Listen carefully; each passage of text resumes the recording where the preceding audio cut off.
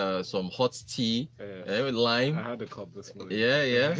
You guys should send some get well soon wishes to Valentine, man. She's a warrior. And packages. Exactly. We soldier on. Yes, indeed, man. Show must go on. All right, send us messages on WhatsApp. Now, that WhatsApp number is 0809 We're live on YouTube, and you can tweet at us at Smooth981FM. Use that hashtag Business Express 91.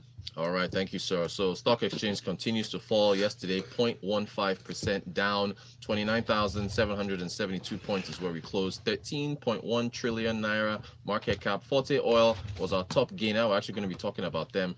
Mr. Femi Otedola looks like he's completed the sale or divestment of his shares in the company. So I think that's what one of the reasons why the stock rallied yesterday.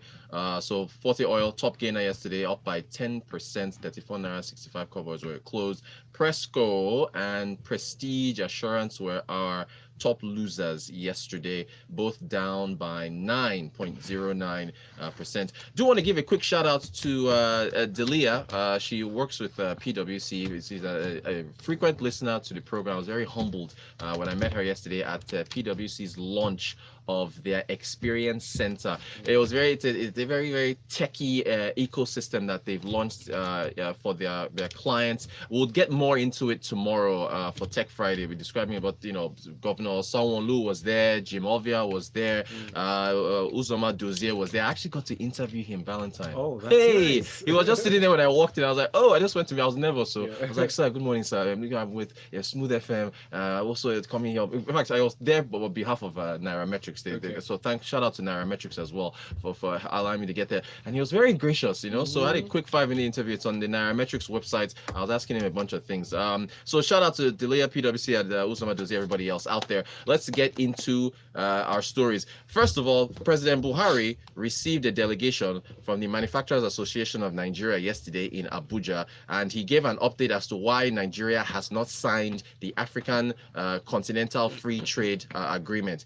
President Buhari repeated the same thing they've been saying all this time, that, quote, I don't think Nigeria has the capacity to effectively supervise and ensure that our colleagues in the African Union don't allow their countries to be used to dump goods on us to the detriment of our young industries and our capacity to utilize foreign exchange for imported goods.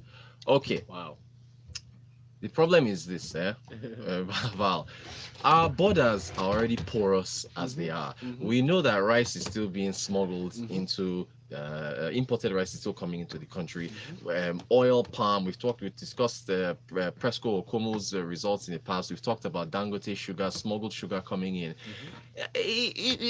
I would argue that goods are being dumped in here anyway, know. And the thing is, it's not as if Nigeria doesn't export items out to other countries. We do. So, you can't just, I don't know, I understand. And again, this is being pushed by the Manufacturers Association of Nigeria because they came out and they repeated the same thing, that they urged the president not to sign the agreement. But hey, look, we export, urea for fertilizer. We export, what is it now? I think Segum seeds, liquefied natural gas, of course, oil and so on and so forth. So we need to consider the fact that I think cocoa as well, we would be able to sell this to other countries. Yes. That's which they are scared of is already happening. It's already happening. Technically, it is already happening. So, anyway, he received them yesterday. You can see some pictures on Buhari's Twitter accounts where he. But here's another funny thing. He inaugurated a committee in October of last year. The committee was supposed to give him a report on the cost. I think it was like a cost-benefit analysis of the trade agreement. I think there was a delay. They are yet to deliver it to him. If he's already coming out and saying that we're not going to sign it, what's the point of the committee getting together to analyze Probably the explore. And we're very good in putting together committees for almost everything. Anyway, we move on from that. If you have any comments on that, do send in your messages. Okay, yes, Mr. Otedola completed the sale of his divestment of his 75% holdings. Shareholdings in Forte Oil to Prudent Energy Services.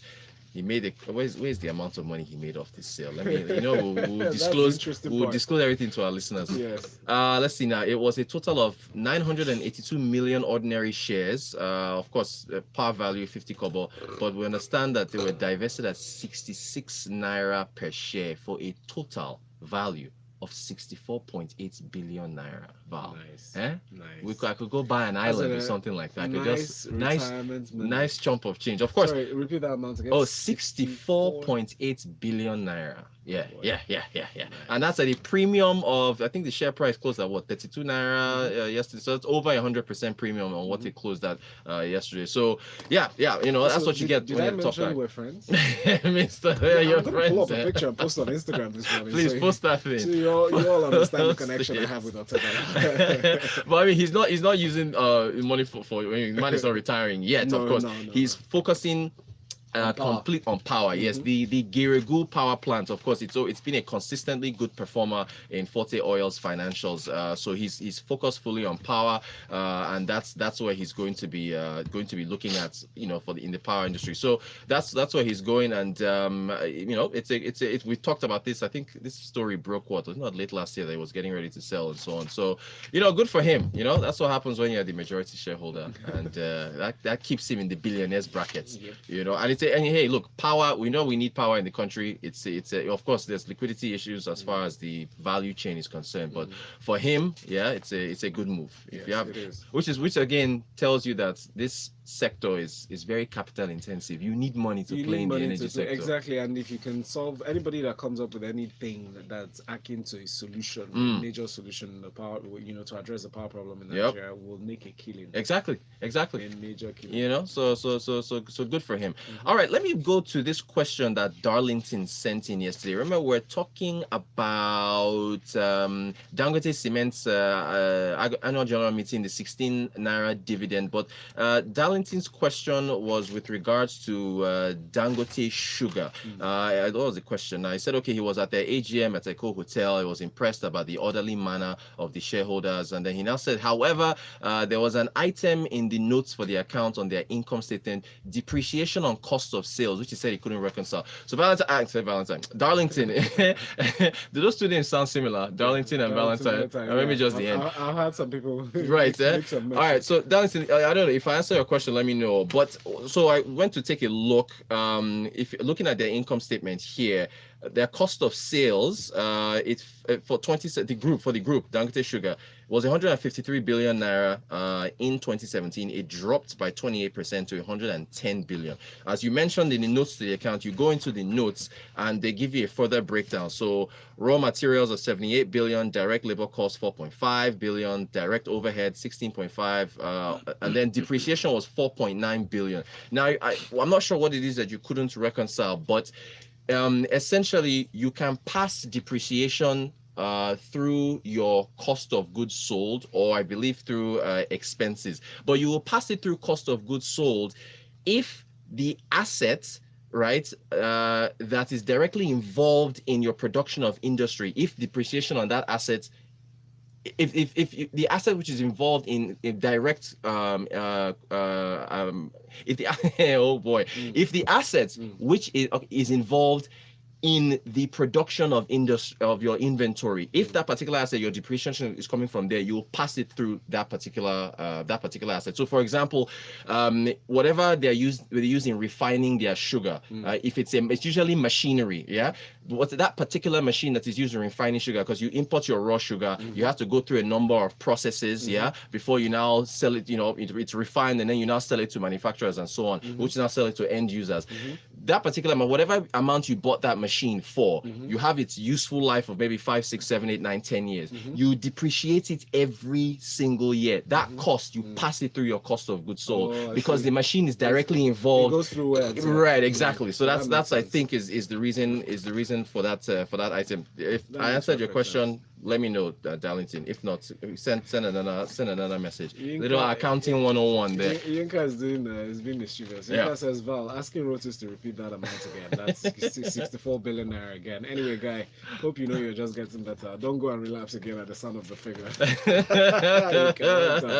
Simon says depreciation on plants and machinery most likely. Yes, there you go. Exactly what Rotus explained. Thank you, Simon. Thank you, Simon. All right, where are we moving on to now? Okay, Lafarge, they actually sold their South African subsidiary to their parent company, which is Lafarge Holcim. Actually, the subsidiary is Cement BV, which is an indirect subsidiary of their parent, and they sold it for $316 million. Interesting enough, that $316 million is part of the debt in dollars that they've actually owed their parent company over a number of years. So Lafarge is saying that we've been able to sell their South African unit, which, to be honest, hasn't really been making a lot of money for them. I think it's been a loss-making unit. By selling it back to the parent company, their cash flow is now freed up. They were paying about interest payments of about, what was it now? Annual interest expense was 9.1 billion naira per year that they were paying on that. So they freed up that cash flow. They can now use that money for reinvestment. This, interestingly enough, is part of what we've been making, the point we've been making with Nigeria, selling assets that, you know, are like airplanes or things that it's not able to use anymore. Also, you know, stopping the subsidy, being able to move those expenses over to something else. So this is what Lafarge says that they're going to be doing. So they've sold that off, and now hopefully they're completely debt free. What else do we have? Airtel. They've officially, according to the news agency of Nigeria, officially filed for an application with the Securities and Exchange Commission to list shares on the Nigerian Stock Exchange. And this time, ladies and gentlemen, this will not be an introduction like MTN. This hopefully will be available to the public. Will be brand new shares. Yeah, because you know they indicated to the London Stock Exchange that they would be listing there. I think it's also to raise money to take care of debt as well, because that's what capital markets are for. This is what stock markets do. You raise money on the stock exchange, you use the money to pay down debt or expand your operations and so on and so forth. So they said that they're going to plan to list on the Nigerian Stock Exchange. So of course we'll wait to see how that goes. But you know, this is encouraging. News. Yeah. So because we want to see more telecoms here. Ayodele Shobagjo sent a message on YouTube. It says, where the assets contribute to the cost of production, and it is included in the accounting policy of Dangote Cements. Okay, cool. What else is happening? Okay, another message. Okay. Yes. Paul says, according to a post from Nairametrics, a tribunal has declared that voluntary contribution was declared tax deductible in 2013 and 2017 before the tax amendment of 2018. So now, what happens to people that have been taxed? Paul, I definitely, I know for sure those people can't go back and say, give me that money back. I don't think that's.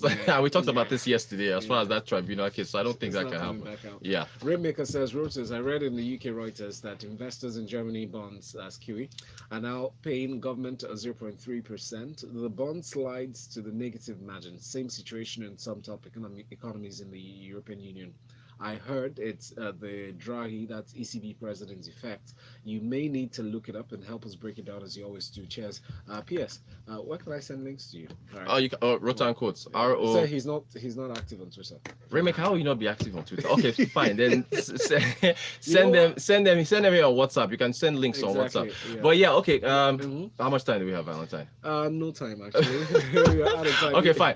Tomorrow is Tech Friday. Okay, Monday we'll do the breakdown. But yeah, there's some European countries that have negative rates on their on bonds, but no problem. Monday we'll get into that definitely. Please, for like Darlington's question, Rainmaker's question, if you have a particular question you want to break down, send it to us. If we can't treat it that day, we'll treat it the next day or the day after. And thank you for your message, Ibrahim, and everybody else who listened and contributed on the show. Yes. For those who watched us on YouTube, we love you. Hey, we appreciate it. And get well soon, Valentine. Get well soon. I'll be fine. We would play some music, and then at 7:30 we'll bring you detailed analysis of our newspaper stories. Stay with us. Smooth 98.1.